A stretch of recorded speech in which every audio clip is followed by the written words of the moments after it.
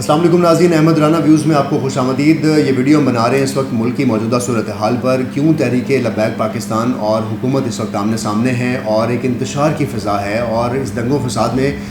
کئی جانیں اور کئی لوگ زخمی ہو رہے ہیں۔ ناظرین کرام، سب سے پہلے تو آپ کو یہ بتاؤں کہ جو تحریک لبیک پاکستان ہے اور جو حکومت اس وقت آمنے سامنے ہے، اس کے پیچھے کچھ محرکات ہیں۔ یہ ایسے نہیں ہوا کہ یہ معاملہ اچانک شروع ہوا، اس کی کچھ وجوہات ہیں۔ وجوہات کیا ہیں اس ویڈیو میں آپ کو ساری ڈیٹیلز سے ایکسپلین کروں گا چیزیں، اور کچھ سوالات جو ہیں وہ ہم آپ کے سامنے پہلے رکھیں گے اور ان سوالات کے سارے جواب اس ویڈیو میں دیں گے۔ پہلا سوال تو یہ ہے کہ ایسا اچانک کیا ہوا کہ حکومت پاکستان اور تحریک لبیک پاکستان آمنے سامنے آ گئے اور اچانک یہ لگا کہ پورا پاکستان جو ہے وہ بند ہو رہا ہے اور مختلف روڈز بلاک ہو رہے ہیں۔ دوسری وجہ دوسرا سوال ہمارا یہ کہ حکومت پاکستان نے ایسے کون سے مافیاز ہیں یا ایسے کون سے پریشر گروپس ہیں جن کے آگے حکومت کو گھٹنے ٹیکنے پڑے اور حکومت نے تحریک لبیک پاکستان کے خلاف کارروائی کا فیصلہ کیا۔ تحریک لبیک پاکستان کے خلاف کارروائی کیوں کی جا رہی ہے؟ تحریک لبیک پاکستان کے مطالبات ایسے کون سے شدید مطالبات ہیں جن کو ماننا حکومت کو بھاری پڑ سکتا ہے؟ ان کے درمیان نیگوسیشن تو ہو چکی تھی، اور پھر اچانک جو دوست ہیں وہ دست و گریبان کیسے ہوئے؟ اس تمام سوالات کے جوابات آپ کو اس ویڈیو میں دوں گا، اور ایک سوال یہ بھی ہم اس ویڈیو میں ایکسپلین کریں گے کہ خادم حسین رضوی صاحب جو ہیں، جب ان کی وفات کے بعد ان کے بیٹے علامہ سعد حسین رضوی صاحب کے پاس صدارت آتی ہے TLP کی، وہ اس کے چیف بنتے ہیں، تو حکومت شاید یہ سمجھ رہی تھی کہ علامہ سعد حسین رضوی جو ہیں وہ خادم حسین رضوی کی طرح کی اسٹرینتھ دوبارہ اکٹھی نہیں کر سکیں گے، اور حکومت شاید ان کو انڈرمائن کر رہی تھی۔ ایسا کیوں سوچا جا رہا تھا اور یہ مشورے حکومت کو کون دے رہا تھا، اس ویڈیو میں آپ کو سب بتائیں گے۔ سب سے پہلے تو آپ کو یہ ٹائم لائن بتاؤں گا کہ اصل واقعہ ہوا کیا اور یہ سارا معاملہ ہوا کیا، تحریک لبیک پاکستان کا مطالبہ کیا ہے۔ تو ناظرین کرام، ناموس رسالت صلی اللہ علیہ وآلہ وسلم، آپ پر میرے ماں باپ قربان، آپ صلی اللہ علیہ وآلہ وسلم کے بارے میں اللہ پاک فرماتے ہیں وَرَفَعْنَا لَكَ ذِكْرَكَ، کہ جس کا ذکر اللہ پاک خود بلند کرے، اس کے ذکر اور اس کی جو شان ہے، اس کی شان کو ہم انسان بیان نہیں کر سکتے۔ تو ناظرین کرام، فرانس کی جانب سے حضور پاک صلی اللہ علیہ وآلہ وسلم کی شان اقدس میں گستاخی کی گئی، اور اس گستاخی کا رد عمل پورے عالم اسلام میں آیا، اور اس گستاخی کے بعد پاکستان کے اندر بھی ظاہر غم و غصہ تھا، لوگ روڈز پہ نکلے، احتجاج ہوا۔ تحریک لبیک پاکستان ہمیشہ سے ناموس رسالت کے حوالے سے سامنے آتی ہے، اور مظاہرے اور دھرنے ان کی طرف سے کیے جاتے ہیں، اور ان کے مطالبات میں یہی ہوتا ہے کہ حکومت بھی اس پر اپنا ایک سخت موقف لے۔ عمران خان کی حکومت ناموس رسالت کے حوالے سے اپنا ایک موقف رکھتی ہے، اور ریاست مدینہ اور حضور پاک صلی اللہ علیہ وآلہ وسلم کی روایات اور زندگی اور احادیث سے جو محبت ہے وہ عمران خان کی تقاریر میں بھی ہمیں نظر آتی ہے۔ تو اگر یہ دونوں ایک پیج پہ ہیں اور دونوں ایک ہی بات کر رہے ہیں، تو پھر یہ اصل میں ہوا کیا؟ اس میں کون سی وجوہات ہیں؟ ریاست ایک ماں کی طرح ہوتی ہے، اور ریاست ماں کی طرح ہوتے ہوئے لوگوں کو پروٹیکٹ کرتی ہے، اور کسی ضدی بچے کی طرح اگر کوئی بچہ اپنی ماں کے آگے ضد کرتا ہے تو ماں اس بچے کی ضد کو مانتی ہے۔ یہ بیان ہے وزیر مذہب، جو مذہبی امور کے وزیر ہیں،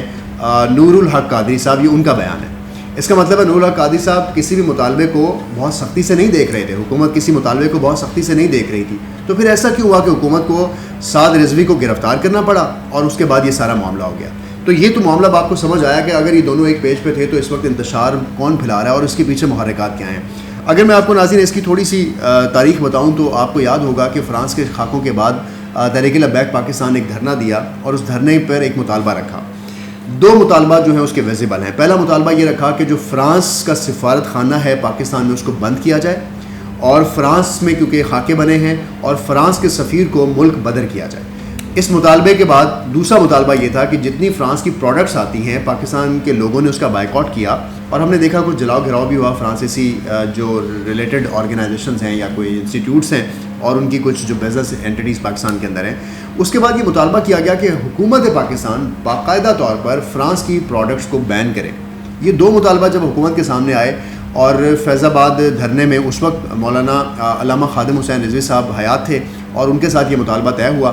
مطالبات دیے اور حکومت کی نیگوسیشنز ہوئی۔ اس وقت کے جو انٹیریئر منسٹر ہیں بریگیڈیئر اعجاز شاہ، اور ان کے ساتھ جو باقی اس وقت کے وزراء تھے،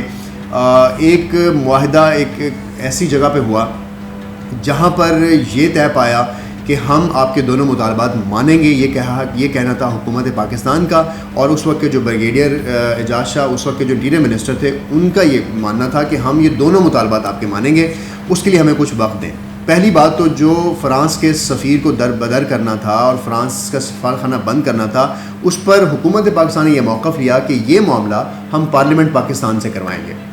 اور دوسرا جو مطالبہ تھا کہ جو امپورٹس بند کی جائیں, انہوں نے کہا یہ مطالبہ ہم جو ٹریڈرز ہیں اور جو تاجر ہیں اور جو چیمبر آف کامرس ہیں پورے پاکستان کے, ان کی ایسوسیشن کے ساتھ اس معاملے کو اٹھائیں گے اور فرانس کی پروڈکٹس کو بائیکاٹ کروائیں گے. یعنی اس پہلے معاہدے میں یہ بات طے ہو گئی تھی کہ ایسا ہوگا, اور یہ مطالبہ جو ہے نومبر 16 2020 کو ان مطالبات پر حکومت نے اگری کیا, اور اس کے بعد وقت لیا کہ ہمیں 3 مہینے کا وقت دیا جائے. اور نومبر 2020 یعنی پچھلے سال جب یہ معاہدہ ہو رہا تھا, تو فروری میں 16 فروری کو اس کی ڈیڈ لائن دی گئی کہ اگر 16 فروری تک آپ نے یہ مطالبات نہ مانے تو ہم پھر ایک ملکی رہ احتجاج کریں گے حکومت کے خلاف. اب جب 3 مہینے کا وقت لیا گیا, اس کے بعد حکومت نے ان مطالبات کے اوپر ایک سمری بھی تیار کی, اور اس سمری کو پارلیمنٹ میں ڈسکشن کے لیے کنسیڈر بھی کیا گیا. کیبنٹس کے اندر اس کی ڈسکشنز بھی ہوتی رہیں, لیکن کورونا کی وجہ سے اور دیگر لاک ڈاؤن صورتحال کی وجہ سے حکومت نے دوبارہ سے مہلت مانگی, اور ٹی ایل پی کو یہ کہا, تحریک لبیک پاکستان کے سربراہان کو یہ کہا کہ ہمیں موقع دیا جائے, ہمیں مہلت دی جائے, تاکہ ہم اس معاملے کو ہمارے پاس وقت کم ہے, ہم اس معاملے کے لیے کچھ اور مہلت دے دیں تو ہم اس معاملے کو خوش اسلوبی سے طے کر لیں گے. شیخ رشید صاحب جو کہ اس وقت انٹیریئر منسٹر ہیں, اپریل سے پہلے اس فروری کے منتھ اور کے درمیان فروری اور مارچ میں لاہور تشریف لاتے ہیں, اور علامہ خادم حسین رضوی صاحب کے جو صاحبزادے ہیں علامہ سعد حسین رضوی, ان کو ملتے ہیں اور ان کے ساتھ کچھ شرائط کو دوبارہ طے کرنے کی اور نیگوسیشن کرنے کی کوشش کرتے ہیں, اور ان سے کہتے ہیں کہ ہم اپنے مطالبے کو ابھی نہیں پایا تکمیل تک پہنچا سکیں, ہمیں کچھ وقت اور دے دیا جائے. اور اس وقت کی مہلت کی ابھی بات ہو ہی رہی تھی, اور پھر ان کو ایک نئی تاریخ دینی پڑی, اور تحریک لبیک پاکستان نے کہا ٹھیک ہے, آپ 20 اپریل تک کی ہم سے مہلت لے لیں, اور آپ اس مہلت میں ان تمام معاملات کو طے کر لیں. اب انٹیریئر منسٹر شیخ رشید صاحب واپس آتے ہیں, اور اب یہاں تک تو یہ بات ہمیں سمجھ آ رہی ہے کہ یہ ساری جو ٹائم لائن ہے یہ کلیئر ہے, اور ڈسکشنز ہو رہی ہیں, نیوز کا یہ حصہ بنتی رہیں. اب کیا ہوتا ہے؟ اب یہ ہوتا ہے کہ اپریل کے فرسٹ ویک کے اندر ایک ہائی لیول میٹنگ ہوتی ہے, اور اس ہائی لیول میٹنگ کی صدارت جو ہے وہ عمران خان صاحب کر رہے ہیں, اور اس کے اندر انٹیلیجنس کے علاوہ دیگر وفاقی وزراء اور کچھ اور سیکیورٹی اداروں کے لوگ بھی موجود ہیں, جس کے اندر یہ ڈسکشن کافی دیر تک ہوتی رہی. اور بی بی سی کے مطابق, جو کہ ایک اتھینٹک سورس ہے جس نے اپنے ذرائع سے اس بات کو کنفرم کیا ہے, کہ اس میٹنگ کے اندر یعنی 7 اپریل کو یہ بات ڈیسائیڈ ہوئی کہ وزیر داخلہ شیخ رشید صاحب, وزیر خارجہ شاہ محمود قریشی صاحب, وزیر مذہبی امور نور الحق قادری صاحب اور وزارت داخلہ کے ساتھ جو دیگر انٹیلیجنس ادارے تھے, انہوں نے اس بات پہ اتفاق کیا کہ اس جماعت کے خلاف اب کارروائی کی جائے گی, ان کے مطالبات نہیں ماننے جائیں گے. یعنی 2 مطالبات فرانس کے سفیر کو دربدر کرنا یا ملک بدر کرنا, اس پہ حکومت پریشرائز نہیں ہوگی, اور امپورٹ کو ہم فوری طور پر بند نہیں کر سکتے. حکومت کی جو بھی مجبوریاں ہوں گی, لیکن حکومت کے لیت و لال کرنے کے معاملے کو اگر اس انجام تک لے کر آنا تھا, تو اس کے بعد پھر رد عمل کی توقع نہ کرنا بھی ایک بیوقوفی ہے. کہ اگر آپ یہ کہیں کہ تحریک لبیک پاکستان کے ساتھ پہلے آپ ٹیبل پہ نیگوسیشنز کرتے رہے, اور نیگوسیشن جب ٹھیک ہو رہی تھی, وقت مل رہے تھے, تو پھر اچانک گرفتاری کیوں کرنی پڑی؟ یہ تو ناظرین میں نے آپ سے ٹائم لائن شیئر کی کہ یہ سب کچھ ہوا ہے. اب اس ٹائم لائن کے بعد ہوا کیا؟ جب 7 اپریل کو یہ ڈیسیجن ہو گیا کہ اب سعد رضوی صاحب کی گرفتاری ہوگی, تو سعد رضوی صاحب نے کچھ دن پہلے 12 اپریل کو ان کی گرفتاری ہوتی ہے وحدت روڈ سے, اور وحدت روڈ لاہور کا علاقہ ہے جہاں سے ان کی گرفتاری دن 2 بجے ہوتی ہے. اس گرفتاری سے پہلے جو سعد حسین رضوی ہیں وہ ایک ویڈیو بناتے ہیں, اور اس ویڈیو کے پیغام میں اپنے کارکنان کو کہتے ہیں کہ آپ ریڈی ہو جائیں, اگر حکومت نے ہمارے مطالبات نہ مانے تو ہم اسلام آباد کی طرف مارچ کریں گے. اور اس مطالبے کی یا یہ ڈیمانڈ سامنے آتے ہی جو تحریک لبیک پاکستان کے کارکنان ہیں, انہوں نے بھی اس کی انڈورسمنٹ کی, اور یہ کہا کہ ہم آپ کے اشارے پر پورے ملک میں احتجاج کی کال دیں گے, اور ہم 20 اپریل کو اکٹھے ہو جائیں گے. اس کے بعد حکومت پاکستان کے جو فیصلہ 7 اپریل کو ہو چکا تھا, اس فیصلے کو اب عمل درآمد کرانے کی وقت پہنچ چکا تھا. یہاں یہ سوال کہ حکومت یہ سمجھ رہی تھی اور ان کو یہ انپٹ دی جا رہی تھی کہ خادم حسین رضوی صاحب کا ایک اپنی ذاتی اورا تھا, وہ ایک اچھے اوریٹر تھے, وہ سارے لوگوں سے اچھا خطاب کر لیتے تھے, وہ لوگوں کو اپنے حصار میں لے لیتے تھے, تو شاید ان کی کال لوگ بڑی سیریسلی لیتے تھے. اور اب کیونکہ یہ ساری چیز صدارت ان کے بیٹے کے پاس ہے, تو وہ ویسے ایکٹیو نہیں ہوں گی, تو اگر آپ ان کی گرفتار کر لیتے ہیں تو کچھ بھی نہیں ہوگا. کیونکہ جب مینار پاکستان پر خادم حسین رضوی صاحب کی جب نماز جنازہ ادا کی گئی تو اس وقت جب ان کو صدارت کے لیے نامزد کیا گیا تو جو تقریر سعد رضوی صاحب نے اس وقت کی تھی وہ تقریر کو بہت جوش خطابت نہیں رکھتی تھی، لیکن یہ کہا گیا تھا کہ وہ اپنے والد کے مشن کو لے کر آگے چلیں گے، کیونکہ اس تقریر کے بعد بہت سے لوگ یہ سمجھ رہے تھے کہ شاید سعد حسین رضوی جو ہیں وہ تحریک لبیک پاکستان کو ویسے نہ چلا سکیں جیسے ان کے والد صاحب چلاتے رہیں۔ اب جب حکومت اس چیز کو انڈرمائن کر رہی تھی کہ تحریک لبیک پاکستان کی اتنی پاور نہیں ہوگی اور ہم شاید گرفتار کر لیں گے تو کچھ بھی نہیں ہوگا، تو پھر 2 بجے کے بعد 4 بجنے سے پہلے 2 گھنٹے میں پورے پاکستان کی جو امپورٹنٹ روڈز ہیں، کراچی کی بات کریں، لاہور کی بات کریں، پشاور کی بات کریں، موٹر وے کی بات کریں، رنگ روڈ کی بات کریں، ہائی ویز کی بات کریں، تمام شہروں کے بائی پاس کی بات کریں، ہر جگہ بلاکڈ ملی، لوگ گھروں میں نہیں جا سکے، آفس سے لوگ گھر نہیں پہنچ سکے، لوگوں کی گاڑیوں کے پیٹرولز ختم ہوتے رہے اور ایمبولینسز کو راستے نہیں ملتے رہے۔ لاہور کے اندر کرونا سینٹر کے بعد لوگوں کو آکسیجن کی فراہمی کے لیے جو ایمبولینسز تھیں وہ ٹریفک کی وجہ سے نہیں ملتی رہیں۔ تحریک لبیک کے لوگ ان کو راستے دیتے رہے لیکن آگے ٹریفک پورے شہر کی بند تھی، وہ روڈ نہ پہنچتا رہا۔ اس صورتحال میں رات کو پولیس کا ایک آپریشن کرنا پڑا اور اس آپریشن کے بعد تحریک لبیک پاکستان اور پولیس کے درمیان جو جھڑپیں ہوئی اس میں انسانی جانوں کا نقصان بھی ہوا،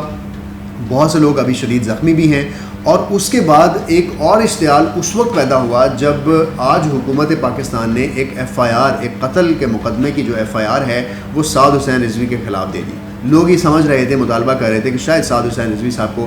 چھوڑ دیا جائے گا اور اس کے بعد حالات نارمل ہو جائیں گے، لیکن حکومت نے جلدی پر ایک اور کام کیا اور حکومت نے یہ کیا کہ اب سعد حسین رضوی صاحب کو گرفتار کر لیا۔ ظاہر ہے حکومت اپنی ریٹ کو قائم رکھنا چاہتی ہے اور حکومت یہ بتانا چاہتی ہے کہ کسی شخص کے مطالبات کو فوراً نہیں مانے گی، لیکن کیا حکومت اپنی ساری پلاننگ میں ناکام ہوئی ہے؟ حکومت کو اس وقت سمجھ نہیں آ رہی۔ حکومت سعد حسین رضوی صاحب کے خلاف جو FIR دی ہے اس FIR میں، ناظرین یہ اسکرین پر آپ اس FIR کو دیکھ رہے ہوں گے، اس FIR کے متن کے مطابق ان کے خلاف لوگوں کو اکسانے کا، اشتعال انگیزی کا مقدمہ درج کیا گیا ہے، قتل کا مقدمہ درج کیا گیا ہے، اغوا کا مقدمہ درج کیا گیا ہے، دہشت گردی کا مقدمہ درج کیا گیا ہے اور MPO کے تحت ان کے اوپر مقدمات درج کیے گئے ہیں، نہ صرف سعد رضوی کے اوپر بلکہ جو پوری سربراہ ٹیم ہے تحریک لبیک پاکستان کی، جن میں قاضی محمود احمد قادری صاحب ہیں، پیر سید ظہیر الحسن شاہ صاحب ہیں، اس کے بعد مہر محمد قاسم صاحب ہیں، محمد اعجاز رسول صاحب ہیں، پیر سید عنایت علی شاہ صاحب ہیں، مولانا غلام عباس اور دیگر جو سربراہان ہیں تحریک لبیک پاکستان کے، ان کے خلاف یہ مقدمات درج کیے گئے ہیں۔ ناظرین کرام، یہ تو ساری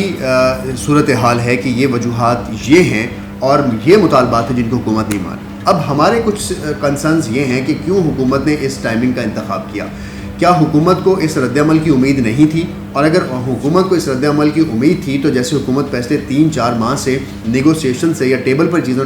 کو حل کر رہی تھی تو حکومت نے اس معاملے کو اس طرح سے حل کرنے کی طرف توجہ کیوں نہیں دی؟ رینجرز کو مختلف علاقوں میں طلب کیا جا رہا ہے، جن علاقوں میں اس وقت حالات خراب ہیں وہاں پر اس وقت انٹرنیٹ سروس بین کی گئی ہے، ٹی وی کیبلز وہاں پر نہیں آ رہی ہیں تاکہ لوگ ان چیزوں کو نہ دیکھ سکیں، بہت سے ٹی وی چینلز کے اوپر ان چیزوں کو دکھایا نہیں جا رہا ہے، لیکن جو لوگ ڈسٹرب ہیں، ہر گھر ہر جگہ ڈسٹرب ہے، ہر تجارت، ہر مال بردار گاڑی، بہت سے پیٹرول پمپس پہ اس وقت پیٹرول نہیں ہے۔ اس ساری صورتحال میں مرتی اکانومی کے اوپر، حالات خراب ہونے کے اوپر کیا حکومت یہ ساری چیزوں کو ایکسیپٹ کرنے کی پوزیشن میں تھی؟ کیا حکومت تحریک لبیک پاکستان کا وہ مطالبہ جس میں فرانس کے سفیر کو دربدر کرنا ہے، جس میں امپورٹس کو بند کرنا ہے، کیا یہ اتنا بڑا مطالبہ تھا کہ حکومت پورے ملک کو لاک ڈاؤن کرنے کا رد عمل لے سکتی تھی؟ تو اس پر حکومت کے جو بہت سے ایڈوائزرز ہیں وہ ان کو یہ بتا رہے ہیں کہ اگر حکومت نے آج یہ مطالبہ مان لیا تو پھر تحریک لبیک پاکستان کا قد اونچا ہو جائے گا اور ریاست اپنے گھٹنے ٹیک دے گی، تو حکومت کو یہ مطالبہ ماننا نہیں ہے۔ چلیں، ریاست کی ریٹ کو سمجھنے کے لیے تو شاید یہ بات سمجھ آتی ہے کہ ہمیں ریاست کی ریٹ کو قائم رکھنا ہوتا ہے، لیکن ایک بات سمجھ نہیں آتی کہ امن و امان کو قائم رکھنا بھی حکومت کی ذمہ داری ہے۔ اس معاملے کو خوش اسلوبی سے سولو کیا جا سکتا تھا۔ ناموس رسالت پر حکومت کے علاوہ وہ تمام لوگ جن کی جانیں گئی ہیں، جو لوگ اس میں مشتعل ہیں، جن لوگوں پر اٹیک کیے جا رہے ہیں، اور پورا پاکستان مسلمان جو ہیں وہ عقیدت رسول کے ساتھ دونوں سائڈ پہ موجود ہیں اور دونوں ایک دوسرے کے ساتھ لڑ بھی رہے ہیں۔ اس ساری صورتحال میں ہمارے پاکستان کی جو امن امان ہے وہ خراب ہو رہا ہے۔ حکومت کو ہوش کے ناخن لینے چاہیے، حکومت کسی معاملے کو طوالت نہیں دینی چاہیے۔ حکومت کو یہ چاہیے تھا کہ اس معاملے کو سعد رضوی صاحب کے ساتھ، جو کہ اس وقت چیف ہیں، ان کے جو احساسات ہیں تحریک لبیک پاکستان کے کارکنان کے، وہ ان کے ساتھ ہیں، اور بہت سے لوگ اس بات پہ بات کر رہے ہیں کہ حکومت کو تحریک لبیک پاکستان کے مطالبات نہیں ماننے چاہیے۔ مطالبات ماننا یا نہ ماننا یہ تو ریاست کا معاملہ ہے، لیکن کسی معاملے کو خوش اسلوبی سے طے کرنا بھی حکومت کی ہی ذمہ داری ہے۔ ایسا کیوں ہے کہ حکومت کسی ایسے رویے یا حکومت کسی ایسے معاملے کی طرف جائے کہ جس کا رد عمل الٹیمیٹلی بھی عوام پر ہی پڑے، جس میں عوام ہی ایک دوسرے کو ماریں، ملک میں خانہ جنگی کی صورتحال پیدا ہو، لوگ اپنے گھروں میں محصور ہو جائیں اور کاروبار زندگی متاثر ہو جائے۔ تو میرا یہ خیال ہے کہ جو ٹائمنگ ہے اس سارے معاملے کی، کیونکہ حکومت کی طرف سے اریسٹ کرنا سعد حسین رضوی کو اس وقت جب ملک میں رمضان شریف شروع ہو رہا ہے، ملک میں لاک ڈاؤن کی صورتحال پہلے سے موجود ہے، ملک میں کرونا کے کیسز بہت زیادہ ہیں، ملک کی اکانومی اس چیز کی متحمل نہیں ہو سکتی کہ آپ پورے ملک کے روڈز بلاک کر دیں اور آپ اپنی فورسز کا استعمال اپنے لوگوں پہ کریں۔ مجھے نہیں سمجھ آتی کہ حکومت نے یہ ساری چیزیں کیوں کہی ہیں۔ کچھ لوگ یا ذرائع یہ کہتے ہیں کہ ایک ڈائیورٹ کرنے کا ٹیکٹک ہے کہ آپ مہنگائی ہے اور باقی معاملات ہیں، لوگوں کو ڈائیورژن دینے کے لیے ایک نیا ٹاپک دیا گیا ہے۔ اگر حکومت اس طرح سے سیاسی حربے کے طور پر اس سارے معاملے کو دیکھ رہی ہے تو یہ بہت ہی افسوسناک بات ہے، اور ہمیں یہ چاہیے کہ کسی بھی پروٹیسٹ کا اگر ہم حصہ بنتے ہیں، ہم پرامن احتجاج کر سکتے ہیں، ہمیں روڈ بلاکس کرنے ہیں، ہمیں اپنی ورتھ کو شو کرنا ہے، لیکن ہمیں یہ خیال رکھنا ہے کہ کسی ایمبولنس میں کسی کے ماں، بہن، بھائی، بیٹا، کسی کی ایمبولنس میں ہمارے ہی لوگ، ہمارے ہی پاکستانی، ہمارے ہی لوگ جن کے حقوق العباد کا بھی ہم پر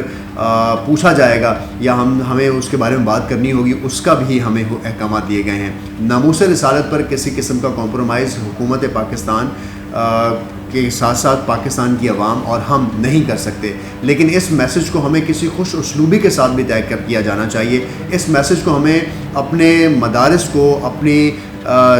گلیوں کو، اپنے گھروں کو درود شریف کے ساتھ، ختم نبوت کے ساتھ اور پھر کسی میلاد کے ساتھ، کسی ایسے پازیٹیو میسج کے ساتھ بھی کنوے کیا جا سکتا ہے کہ فرانس نہیں، پوری دنیا دیکھے کہ پورا پاکستان جو ہے وہ عاشق رسول صلی اللہ علیہ وآلہ وسلم ہے۔ رمضان شریف کا مہینہ شروع ہو چکا ہے، اللہ پاک سے یہ دعا ہے کہ یہ مہینہ اور یہ عشرہ رحمت ہے، ہمارے لیے رحمتیں لے کے آئے، ہم سب کے حالات پر رحم کرے۔ یہ ملک انتشار کو ایکسیپٹ نہیں کر سکتا، اور ہم سب لوگ اس مہینے کی ہی بدولت، اس مہینے کے صدقے حکومت اور TLP کے درمیان مطالبات اچھے سے منظور بھی ہو جائیں اور کوئی ایسی راہ نکل آئے کہ ہم اپنی ناموس کے اوپر بھی بالکل کوئی قربانی نہ دیں، اور ہم سب لوگ بڑے فخر کے ساتھ اپنے حضور کے آگے بھی سر بسجود ہو سکیں۔ اپنی دعاؤں میں ہمیں یاد رکھیے گا، ہماری ویڈیو کو سبسکرائب کرنا ہے، ہمارے چینل کو آپ نے لائک کرنا ہے اور ہمارے ساتھ رہنا ہے تاکہ ہم ہر واقعے کے متعلق آپ کو ڈیٹیل میں ایکسپلین کرتے رہیں۔